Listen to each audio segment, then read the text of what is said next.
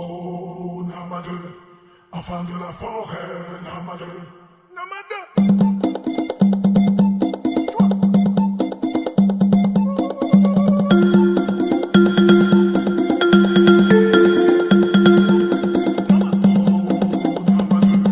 Adinkra vous présente les contes initiatiques de Ma Chuancho.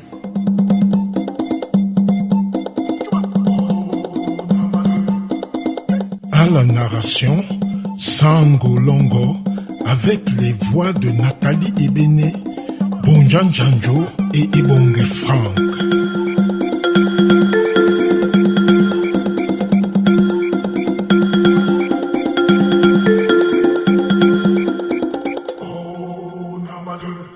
Enfant de la forêt, Namadeu. Namadeu, l'enfant de la forêt.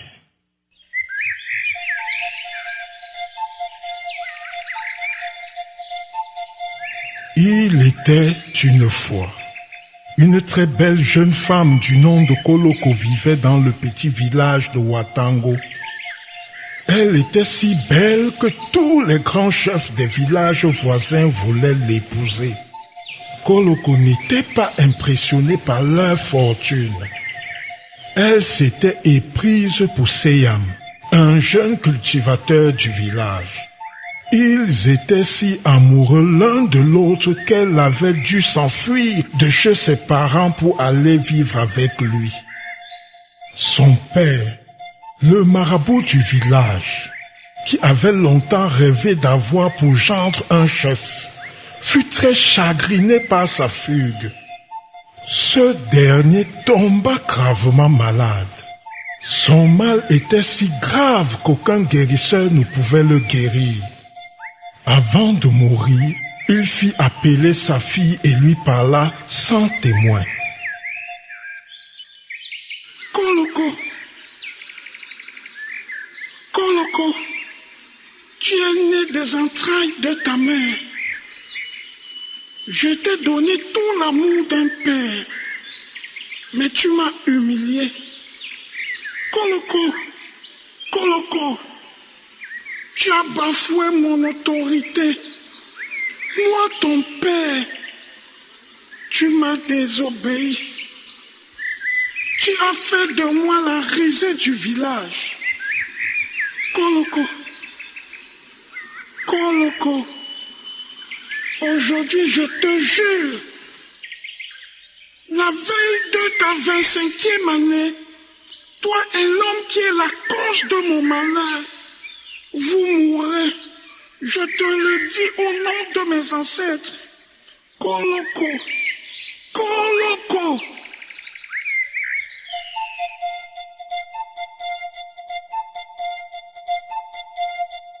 Il rendit l'âme. Koloko était triste.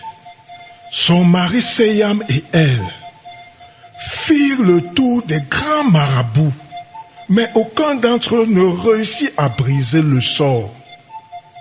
Un jour, Seyam dit à son épouse: Ma tendre épouse Koloko, nous nous sommes mariés d'amour et nous mourrons par amour. Faisons un enfant et donnons-lui une bonne éducation. Nous lui apprendrons l'amour, nous lui apprendrons le monde, nous lui apprendrons la vie.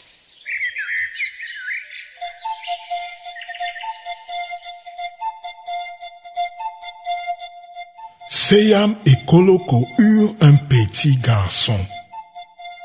Ils l'appelèrent Namadeu. Ils se jurèrent de lui donner tout l'amour et l'apprentissage nécessaires pour vivre dans ce monde plein de cruauté.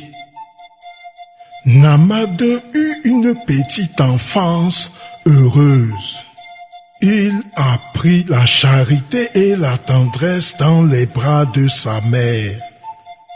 Il apprit à écouter la nature et à parler aux plantes sur les épaules de son père.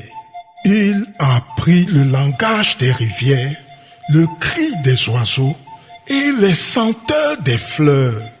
Il apprit non seulement à apprivoiser les saisons, mais aussi à se nourrir de ce que la nature lui offrait. Le temps passa si vite, année après année, Koloko approchait ses 25 ans. Le temps de la prophétie était proche, Seyan et Koloko étaient malheureux. Ils faisaient désormais confiance à la nature et pas aux humains pour éduquer leur fils qui n'avait que 5 ans. Ils l'amenèrent à la grande forêt Tammegne pour le confier au dieu de la forêt.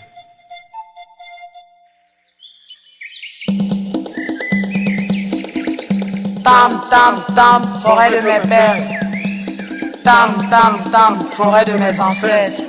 Tam, tam, tam, forêt des ancêtres de mes ancêtres. Nous t'amenons ton fils, le fruit de nos entrailles. Les hommes ont rejeté son père, les hommes ont rejeté sa mère. Les hommes ont tué son père, les hommes ont tué sa mère. Tam, tam, tam, nous te confions Namadeu, désormais ton fils, afin que tu veilles sur lui. Tam, tam, tam.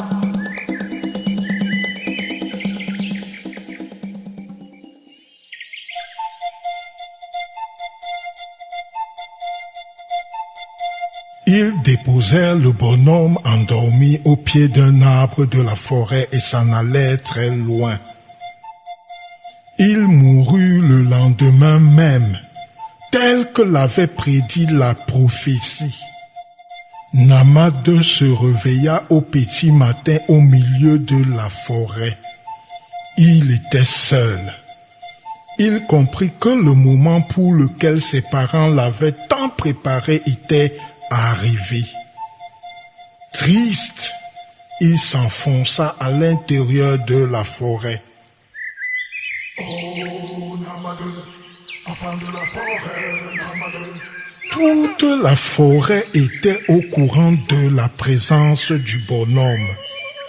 Les lièvres avaient dit aux éléphants, qui avaient informé les hyènes, qui avaient à leur tour alerté les animaux de la rivière. La nouvelle s'était très vite répandue. Toute la forêt ne parlait plus que de Namadeu. Les animaux avaient formé 2 clans. Les uns voulaient le manger et les autres l'accueillir et l'élever comme un fils.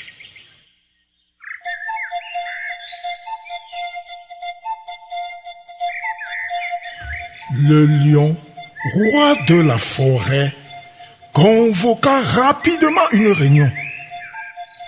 Tous les animaux de Tammegne étaient présents.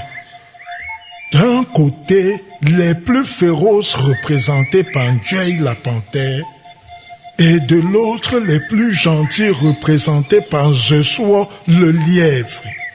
Le lion donna la parole à Ndjei.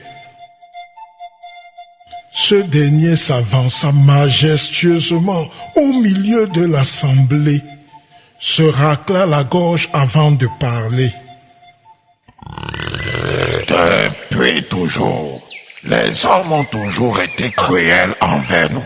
Ils nous chassent, nous tuent et font de nous leur repas.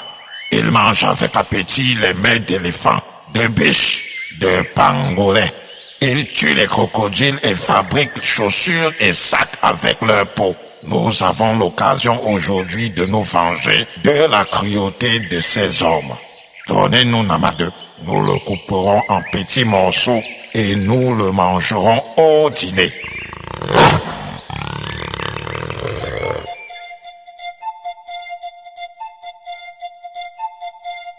La foule cria de stupeur. Les animaux cruels criaient « Mangeons-le! Mangeons-le !» Le lion, d'une voix autoritaire, mit fin au brouhaha. « Stop! Taisez-vous! Écoutons ce soir le lièvre. »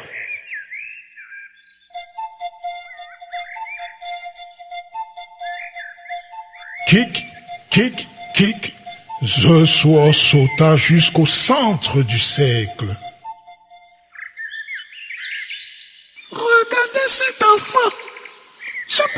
homme courageux. Depuis qu'il est arrivé à Tamanya, a-t-il fait du mal à une mouche? Non, il est encore innocent et bon. Il n'a pas été perverti par la cruauté des hommes. Nous pouvons l'élever et lui apprendre les lois de la forêt et le respect de la nature. Et il pourra ainsi, quand il sera grand, l'apprendre à ses semblables. Je lis dans son regard beaucoup de sagesse. Il saura s'en servir pour le bien de Tamanya. Certains animaux applaudissaient en hurlant. Gardons-le, gardons-le, gardons-le. Silence! Hurla le roi. Tu dis que tu vois en cet enfant beaucoup de sagesse. Comment peut-il nous le prouver? Il fit signe à Namadeu de s'approcher. Comment t'appelles-tu? Je m'appelle Namadeu. Répondit l'enfant tout apeuré. N'aie pas peur. Approche. Il parla à l'assemblée. Si cet enfant prouve qu'il est digne de la forêt, nous le garderons et en ferons l'un des nôtres. Pour cela, il devra relever 2 défis. Kala était le plus ancien et le plus sage de tous les habitants de la forêt. Le roi continua. Kala, as-tu une question pour ce brave enfant? Kala hocha la tête avec toute la désinvolture qui le caractérisait. Il prit solennellement la parole. Depuis la nuit des temps, Ntchilisse, la grande rivière, traverse la forêt Tamanya et abreuve tous ses enfants. Mais tous ceux qui ont suivi le cours de la rivière pour découvrir où elle s'arrêtait ont marché toute leur vie en vain. Et ils ne sont plus jamais revenus. Alors, je voudrais que Namadeu, lui qui serait si sage, nous dise où finit la rivière.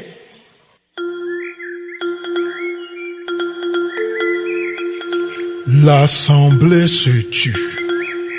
Tous étaient suspendus aux lèvres de Namadeu. Après avoir réfléchi pendant un moment sans piper mot, il dit: Oh, Tortue Kala, je ne saurais avoir ta sagesse, oh. Je ne suis qu'un enfant. Mais un jour, en discutant avec le soleil, qui est si haut dans le ciel et qui voit tout, il m'a dit où finissait la rivière. La rivière finit à l'endroit où il se croise avec le soleil. C'est à cet endroit même que se trouve le lit dans lequel le soleil se met pour dormir après sa longue course dans le ciel. Fils, voudrais-tu me dire que la rivière finit dans la tanière du soleil? Répliqua Kala la tortue. Oui, c'est pourquoi les animaux qui sont partis chercher la fin du ruisseau ne sont jamais revenus. Ils ont été brûlés par les rayons du soleil. Tu peux aller vérifier toi-même, oh, sage tortue. Mais si ce n'est pas le cas, je me livrerai moi-même aux griffes de Ndé la panthère. Kala la tortue, de peur de subir le même sort que les autres animaux qui avaient été brûlés par le soleil, capitula. Il approuva la réponse de Namadeu auprès du roi de la forêt, sous les hurrahs de la foule. Oh, Namadeu, enfant de la forêt, Namadeu, Namadeu.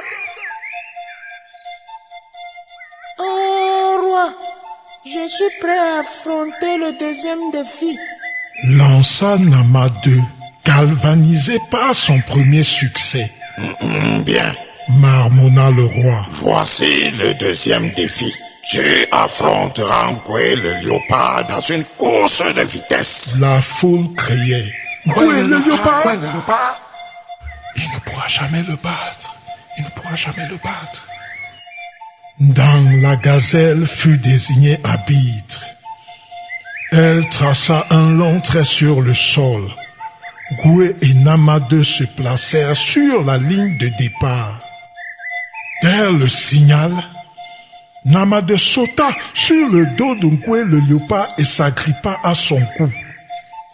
Goué courait tellement vite qu'il ne se rendit compte de rien. De temps en temps, il regardait derrière et était très content, car il pensait avoir distancé Nama2. Nama2 savait, grâce aux enseignements de ses parents, que le léopard avait une peur bleue des serpents. À quelques mètres de la ligne d'arrivée, il cria dans l'oreille de Ngoué. Un serpent devant! Ngoué, pris de panique, freina brusquement et projeta Nama2 vers l'avant. Nama2 franchit la ligne d'arrivée en premier sous les acclamations de la foule. Tout le monde saluait sa sagesse et son intelligence. Oh, Nama2, enfant de la forêt, Nama2.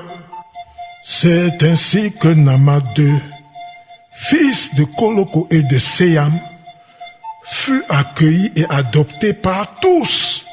Et avec la bénédiction du roi, il devint l'enfant de la forêt.